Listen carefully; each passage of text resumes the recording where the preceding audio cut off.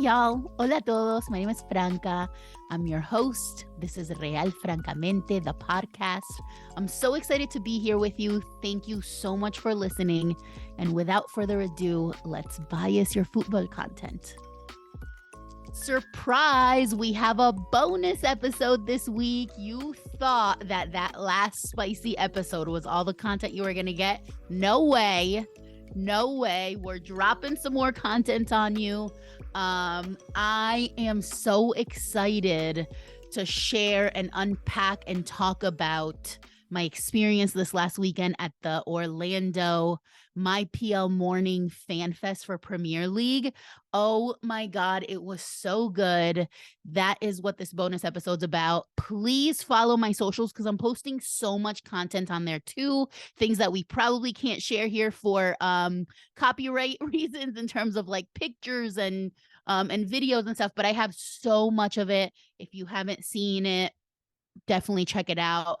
I'm wearing my gift from Rebecca Lowe and Company from Premier League. It is this gorgeous, like, custom Orlando kit signed by all of the members of the myplmorning crew. Rebecca, the two Robbies, Tim Howard, also Alan Shearer, and someone else whom I forget.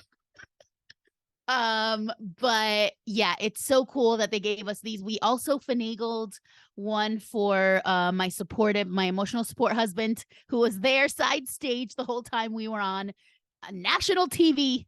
And we got him one. So now we'll have one to frame.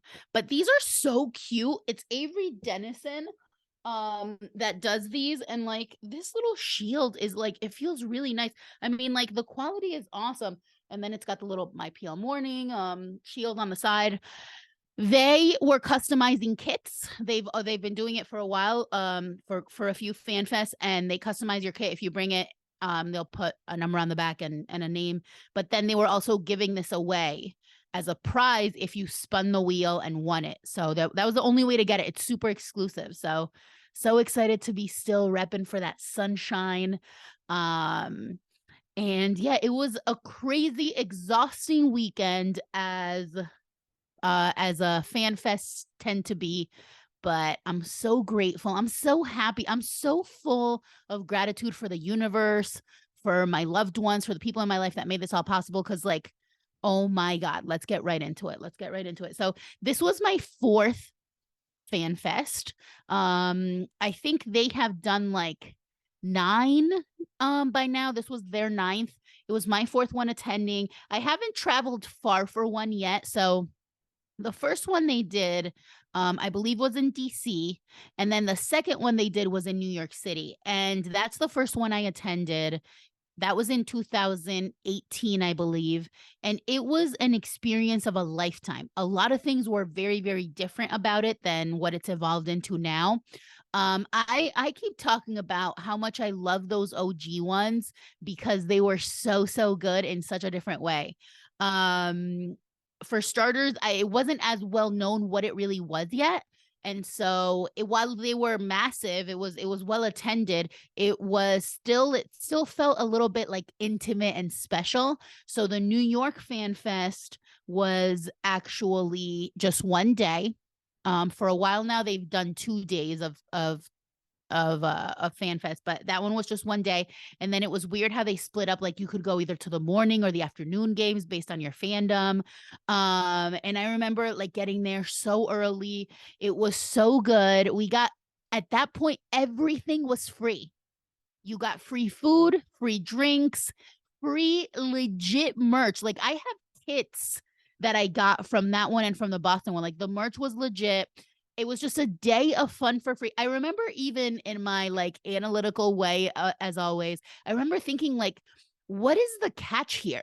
Because they have us all there. Not in this capitalist system, nothing is like done out of the kindness of anyone's heart, especially not a big corporation like that. So I was like, it's not that they're getting new fans. We're all fans here. What is the catch? Because that is an incredible amount of like free stuff. for what, you know? It can't really be fan appreciation, even if they say it is. And so I remember being like in disbelief for a while, and you know, and rightfully so, because things have changed, but we'll get into that in a little bit. But it was amazing. It was so awesome. That first one. And for this next part, I need to talk a little bit about context, about me and my loving husband. Wherever we go for our entire relationship, we stay passing vibe checks. I don't know what it is. I don't like we were joking around with some friends at this one. We all kind of, you know, always talk about, you know, justice, social justice and stuff. And we were like, and our other friends are also an interracial couple. They were like, is it because they're like, oh, interracial couples, diversity? Like, what is it that, you know, but wherever we go, whatever the case may be, we stay passing vibe checks. We have gotten into like a Knicks VIP lounge once, just like literally pulled in off the street. Like, just crazy stuff has happened to us. I'll tell the rest of those stories some other time. But with that context, you will understand the next bit, which is that at the New York Fan Fest, we got VIP status. Again, just randomly. I don't know what it was, but they pulled us to get VIP access, which meant at the time, and I had forgotten until we were reminiscing with our friends, it meant extra drinks tickets, because they were giving drink tickets at the time. Even though they were all free, you still had like a limit. And B, we didn't have to leave at any point. Like there was the morning and afternoon people, but we got to just stay because we had VIP access all day. So we stayed till the very end. Like the pictures we have hanging out with like Rebecca, the Robbies, Kyle Martino at that time, like just like he was playing ball with Kyle Martino at the end. It was so intimate that you got to literally just hang out with them. It was so amazing after getting all that swag. Like it was the best. So we got VIP access to that one, and then it was all awesome. We raved about it. You know, months go by, they announced the next one. The next one's in Boston. And I did my PhD in Boston, so it's a city that we, you know, we kind of love, and we're like, yeah, like let's go, you know, like let's go to Boston. We'll kill two birds with one stone, do some fun stuff, and like check out this fan fest. So we went, and that fan fest was also amazing in different ways. While obviously comparison and contrast, like that one was already pretty massive. And interestingly, because we had gotten VIP, we also got at this one, we got interviewed like for NBC again. Whatever, you know, we say passing vibe checks, we ended up on TV. And at this one, we met two people who have now become literally close friends that I love so much. And I'm going to shout them out a bunch of times in this episode. And that is our good friends, Angie and Larry, without whom none of this would have happened this past weekend. So Angie and Larry, amazing. Shouts to y'all. Love y'all. I got to get y'all on here so that we can reminisce about the fan fest. But so Angie and Larry, you know, amazing couple, and we're hanging out, you know, in the VIP. And I'm the type of person that if I eat, we're all going to eat. Okay. Like if I win, the whole family's winning. Okay. The whole team is winning. Like that's the type of person I am. I'm a sharer. And so I was like, duh, I'm going to give their name. Like we got interviewed for TV, and then like, yeah, like you guys should get interviewed. Like you've been to, you know, the past 3, because they had also been, or I think maybe Larry has just been to the DC one, and then they were also at the New York one, and then now it's their 3rd one. So I gave their name, and they also got interviewed for TV. And the rest is history.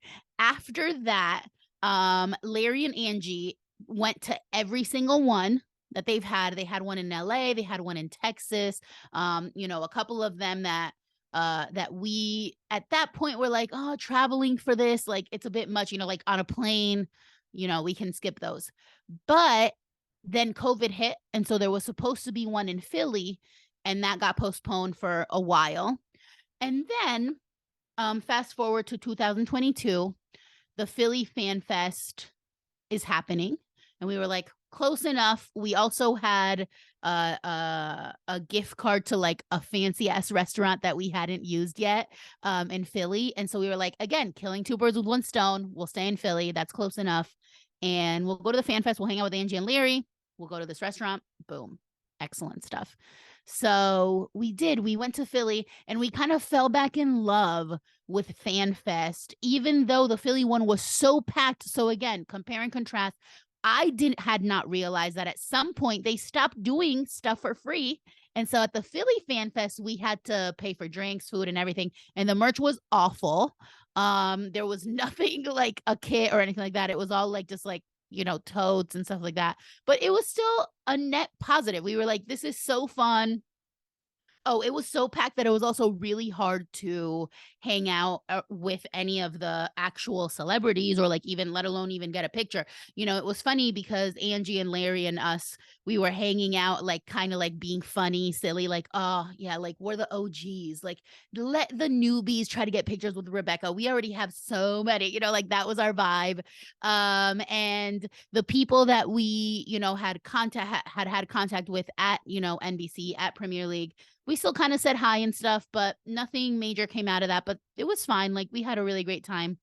And then lo and behold, Premier League said, we're doing another one in 3 months. We thought it was quick, but okay, cool. It's in Orlando. So we initially, when Orlando was announced, we were like, no, it's a big trip. It's, times are tough. But then our guardian angel said brilliantly, which I'll never, forget this amazing gesture. I had just dropped the pod, the first episode of Francamente, and she said, you have got to come, first of all, to promote the podcast. And so let's get you here. And so we did. We planned it. It was very, very quick turnaround. Like 2 weeks before the thing, we were like, figuring out flights and stuff. And it was a good point because I have a lot of stuff. Like, I have business cards, I have stickers, I had, I have access to printing through my family. And so I was like, can we get quick 2 t-shirts so that I can, okay, let's backtrack a little bit. So it wasn't only going to the fan fest, but because Larry and Angie had attended so many fan fests, they wanted to, at this point, what I thought was happening, they wanted to do like a feature on super fans, and they were gonna, do some stuff for us. And so she was like, it's you gotta come because you started this. And I forget, right? But like, it's true. For whatever reason, we passed the vibe check in New York City, and then all of this happened from that moment. And so, yeah, so we decided to go. So it wasn't only gonna be like, feature and pictures and stuff, but Rebecca Lowe has a podcast called The Lowdown, and she usually films a segment at the Fan Fest, and they were gonna pick Larry and Angie to do this segment. And they were able to pick one more person. And again, I don't know why the universe keeps putting amazing people in my life, but they do. But the universe does, and they are amazing. And she picked me, and she said, what a better opportunity. Like, you're dropping your podcast. Like, you started this whole thing. Let's go. Come on. And so so not only were we going to get whatever other feature, which ended up being a group picture, which was aired, but the segment of The Lowdown with just the 3 of us and Rebecca Lowe, which aired live on national TV, with me on it. And I was like, oh my God, this is one of those things that, like, serendipity, again, karma, the universe, just put in my way. And I can't stop just beaming about it. Like, it was, and now in retrospect, it was amazing. It was way more amazing than I could have expected. But at that point, I wasn't sure. I was like, oh my gosh, what if this? What if that? I asked for 2 shirts. I was like, we're gonna be on TV. Like, I need to promote, right? Not sure if they were gonna let me keep my t-shirt on, because the one photographer the day before was like weird about my t-shirt. And so I actually ended up throwing this on real quick. And I was like, oh, like, they're gonna make me do that tomorrow for the actual interview, but they didn't. I got to wear my Bias Your Football Content t-shirt on national TV, and it wasn't a short segment. We were on there for a good few minutes, and it was funny because after us, or maybe it was the next day, I don't know what time is at all, but what's his name? Neville Longbottom, the actor that plays Neville Longbottom on Harry Potter, was also interviewed. Is it now I'm like questioning if I'm thinking of the Harry Potter person correctly. And he is a celebrity, he's a Leeds fan, and he was on for about the same time, if not less time than us. So like we got the same amount of time as the celebrities.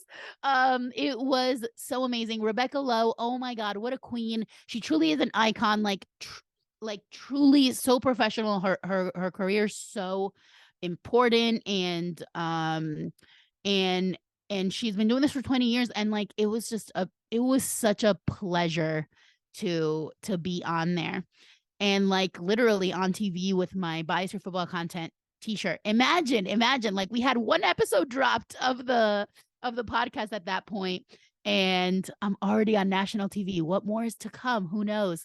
But no, it was awesome. And I got to ask her a question. By the way, I've shared this on all the socials. Go watch it. It was so cute and amazing. We had to come up with questions for Rebecca, and mine was about South American players.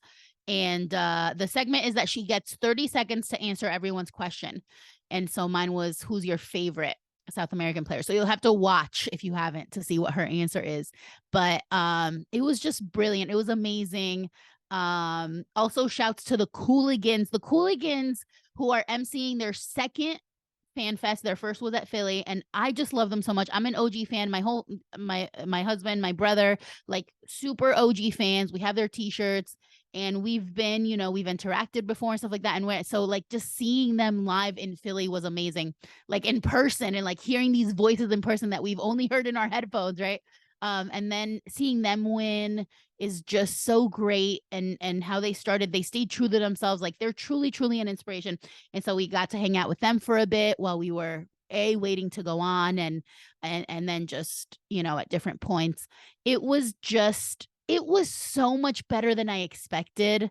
And I'm so happy that I got to experience this.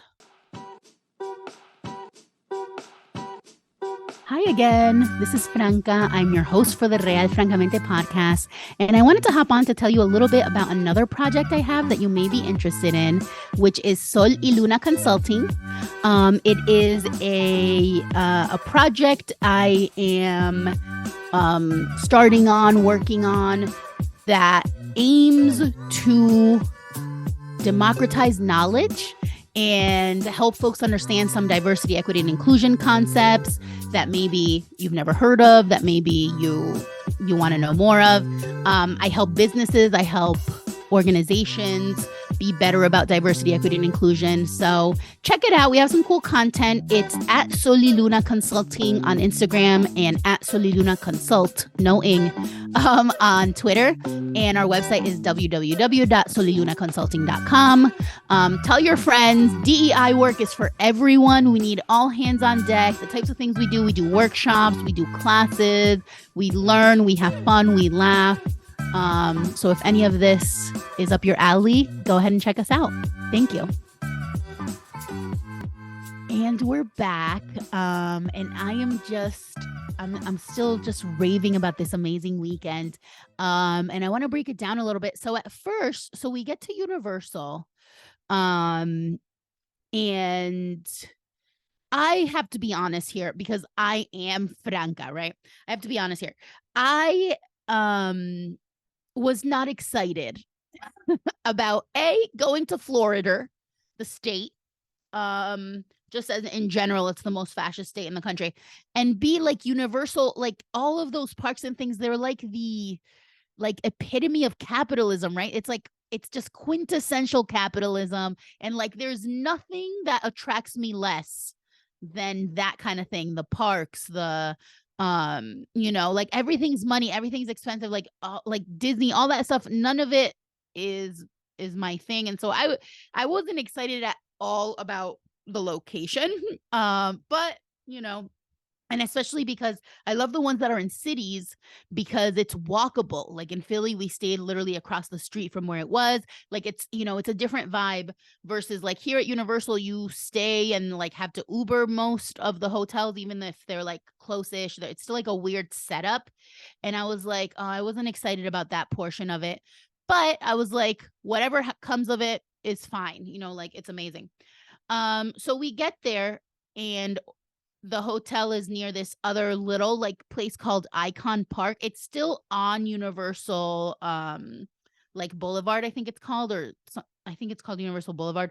But it's like a little ways down from Universal, enough that we needed to take an Uber.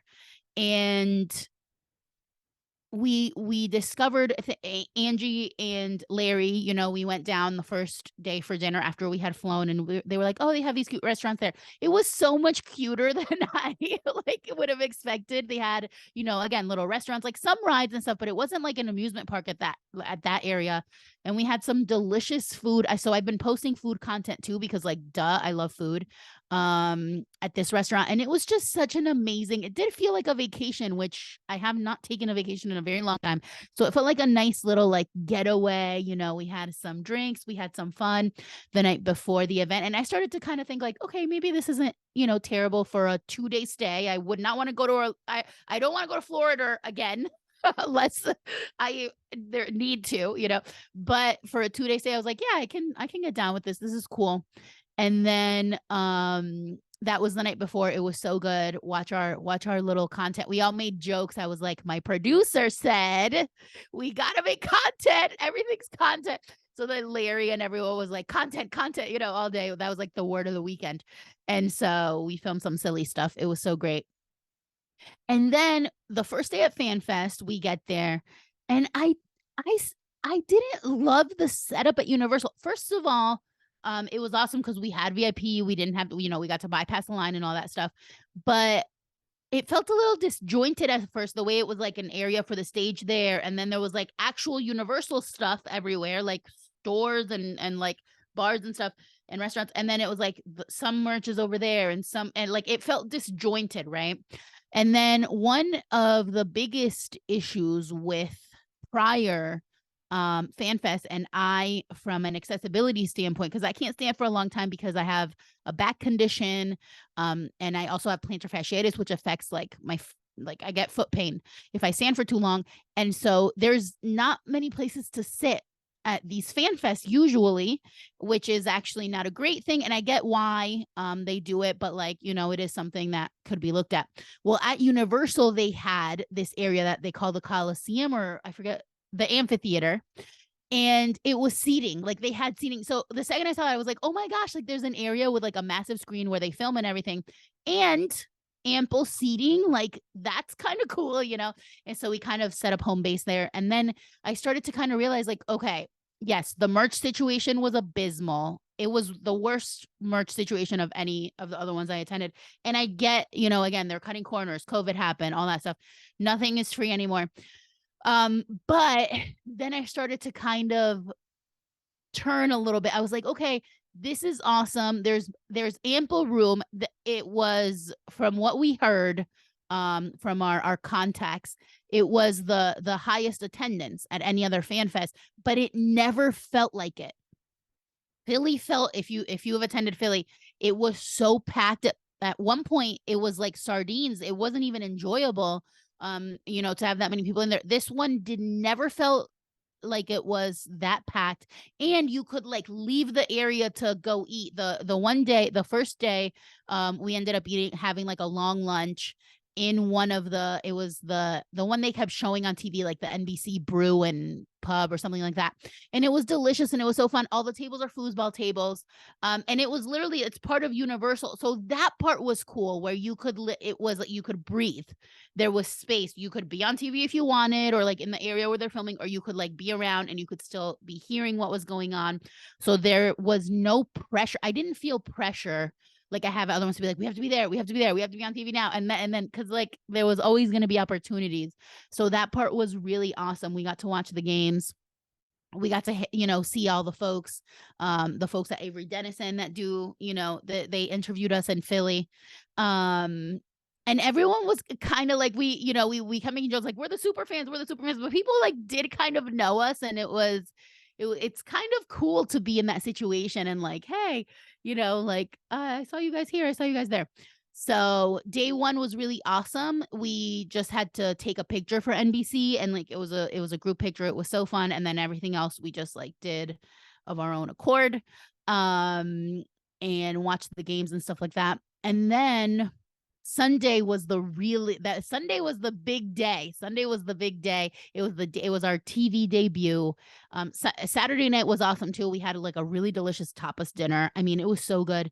It was so much better than I expected as a weekend. Like I just kept having fun. I was like, I'm a stressor. I have anxiety. Like I'm always like, oh, what if this? What if that? You know, whatever. It was just fun. It was just fun. I kept saying this and then it caught on and other people started saying this. I kept being like, I'm happy. Like I'm so happy right now, you know, at different points. I was at like it's such a shitty time to be alive in so many regards that like literally at different points to literally just exclaim, and I'm not like this. I'm a pessimist too. I just was happy. Like I just enjoyed myself. It was such an amazing time.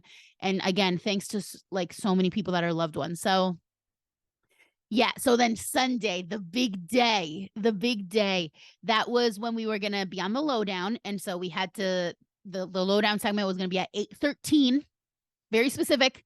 And we had to get there by like 7:40 or something like that. So it was even because on Saturday we had to wake up super early. I mean, like literally like at 4:30, and I was just a wreck until I got my coffee. I'm a monster.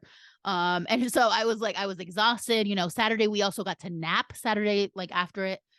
So Sunday we were pretty well rested. We didn't have to get there till, you know, 7:40. And because the game wasn't even till 9, the first game. And we sauntered in, we got in, there was not even a line. We got to the stage and then we just hung out with the Cooligans until it was time to do our segment. And so we're hanging out, you know, there's people.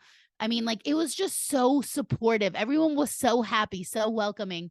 And then they pulled us on. We met Rebecca, we did our segment, and it was so nice. People in the crowd were so excited. Our friends from, you know, because now it's become like a big group. At every single one, we meet more people, right? And shouts to Annalise and Blatty, who I met this time for the first time.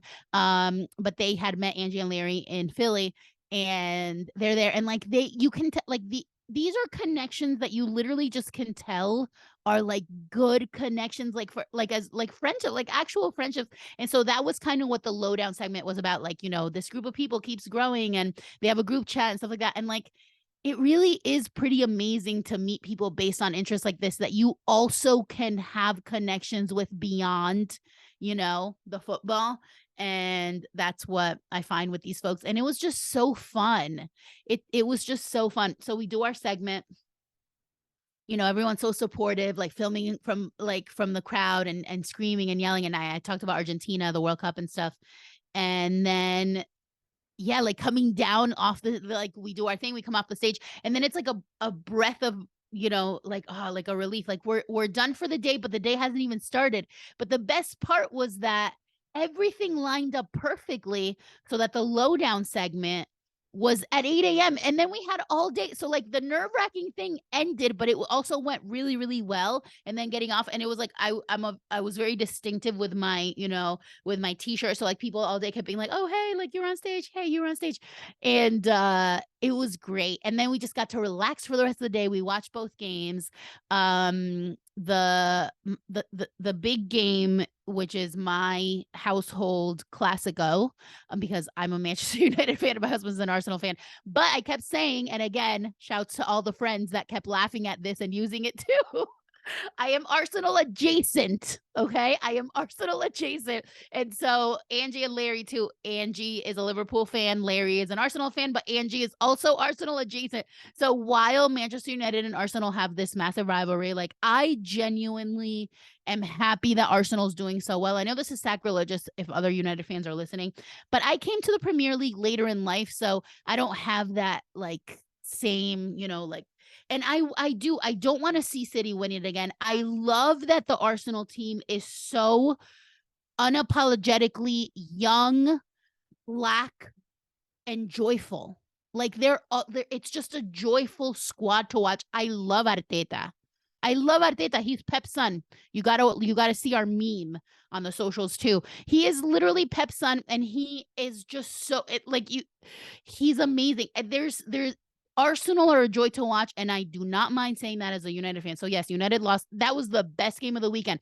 By the way, the mid-off the day before, the big, like Chelsea versus Liverpool. What a snooze fest. It was the worst game ever. It was so bad. Literally mid-table snooze fest. Like you cannot get any more mid-table than those two.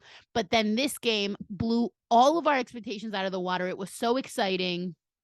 We were on TV a bunch again, and it was just what a great way to end the day with such an exciting game. Even though my team lost, it was still like really cool to see Arsenal fans so happy. And like if it can't be United, and it was never gonna be United this season, I hate to break it to all of us, okay? Let it be Arsenal. Let it be Arsenal. They got points out of it that hopefully will help them win the league. If they don't, what a waste, right? But but I genuinely do. I posted a picture on socials. This was I think it was on my personal account. It was a couple months ago, wearing an Arsenal kit because we are also kit collectors. I have a whole kit closet next to me. Maybe one day we'll do something with that. I wore an Arsenal kit and I was like, I think the caption was like, I'm not cheating on my team. I'm not monogamous. And people got a kick out of that. But it's true. Like I can wear an Arsenal kit. I have no problem. There's teams I hate in the Premier League, but Arsenal's not one of them. So it was, a nice consolation that if it couldn't be my team, it's his. And you can't, if you hate Arsenal, you're racist. If you hate Arsenal this season, you're racist. That's it. There's no other explanation. Or a Tottenham fan, but like those two things maybe not be that different.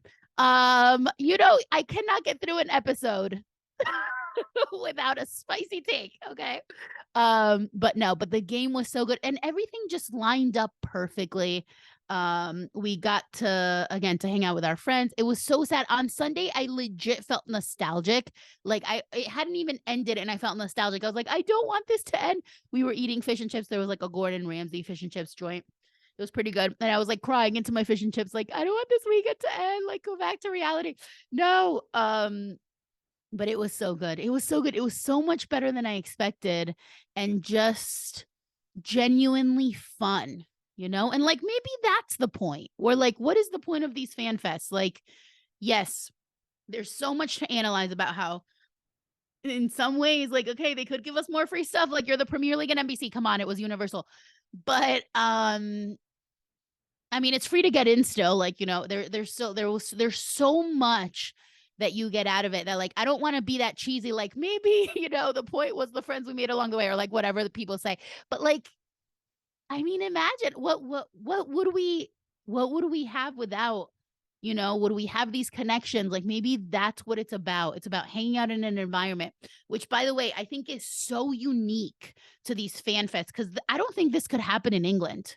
I don't think this could happen in the country where the league is based, right? Like you're not going to have an Arsenal and a United couple, or like if you do, there's not going to be this level of camaraderie or like, friends and like watching the thing and like you have a different jersey on, but it doesn't matter. It truly is a place where people just come together. Oh my gosh, I have to tell the best anecdote, which I forgot about till just now, but oh, thank God I remembered. Shouts to baby Beckham, the fox, the star of the weekend. Okay, that is Rebecca Lowe's bestie, little Beckham. His first fan fest was Philly. He was dressed like a little fox. His parents are Leicester fans. And so is he. And he was there at this one. And, he went on stage and everything. He got a little fox tattoo on his leg. They do airbrush tattoos. It was so cute. And so he's famous too. So at the airport, we're going home. And like, this is actually really serendipitous because we didn't, but our airport was the farther away one from Universal. It's Sanford. And so it was like 45 minutes away. Most people flew into the closer airport, but our flight was also from a small airport. So it flew to that one, but it was no big deal because it was like, we had plenty of time to get there. So it's not that it would be unheard of to run into someone who was also coming from FanFest, but it was like, more rare because it was at the farther away airport. So we're there and we see, like, we're walking. I was like, kind of like hyper focused on finding our gate. And we hear like, hey, we saw you on stage. And I was like, oh my God, like, I didn't even register what had happened until later when AJ was like, oh yeah, like and then I realized he was wearing a kit, but I didn't really get a good look at him. Right. And so then, I tweet a silly, like, kind of like off the cuff, like, oh, this is fame, like obviously a joke. Right. And so then he comes back with a baby. And it was baby Beckham. I was like, oh my God. I was like, what? Wait, this is baby Beckham. And then he like had his little tattoo out. He's the happiest baby. What a sweetheart. Like truly the cutest baby. His name's Beckham. Like, come on. His parents are real fans of the sport. And yeah, we had a nice chat with baby Beckham's dad, and then I posted a picture to Rebecca, and she reposted it immediately. Like, she really does love him so much. It was so adorable. Like, that moment was so wholesome. Like, you don't get that without the fan fest, right? Maybe that is the point, is having those wholesome, amazing moments that just make you forget about reality for a bit, right? Like, yeah, we can still have our analysis, we can still like talk about all of the stuff that's wrong, but maybe for one weekend,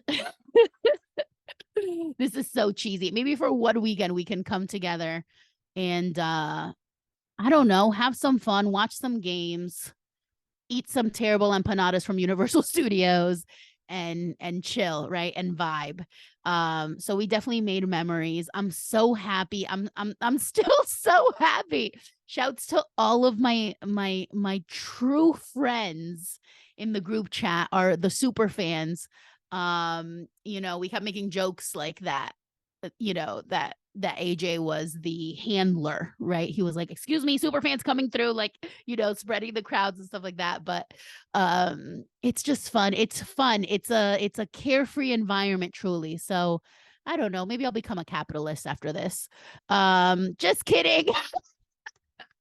Just kidding. But I can play one on TV. Oh my God, that was a funny joke. I'm gonna laugh about it for a long time. But yeah, that was I can't continue. That was a little bit about FanFest. You're gonna want to check out my socials because there's a lot of fun content on there. I'm making reels, I'm posting pics. And yeah, it's fun. It's just fun. Follow us, and we'll get back to the real serious stuff on episode 3. So shouts to all my friends. Love y'all so much. Can't wait for the next one. Maybe we'll do another trip out of it in between while we wait, because we did find out this was the last one. We were hypothesizing there might have been one more, because they usually do one in the spring, but no, this was the last one for the year. So hopefully the first one next year is early, and we'll see where that one is. Thanks, y'all. Thank you so much for listening today. I hope you liked it. This has been Real Francamente, the podcast. My name is Franca. I'm your host. Be sure to follow us on Twitter and Instagram at Real Francamente on both. Check out our website, www.realfrancamente.com. You can find lots of content there, or contact us directly with any questions, comments. All links and @ will be in the show notes. So if you need them, want them, and just for ease of not having to spell it yourself, check out the show notes. Also, please subscribe on your favorite platform. Maybe leave us a rating and a review. Share it with your friends. And don't forget to buy us your football content. Gracias y chao.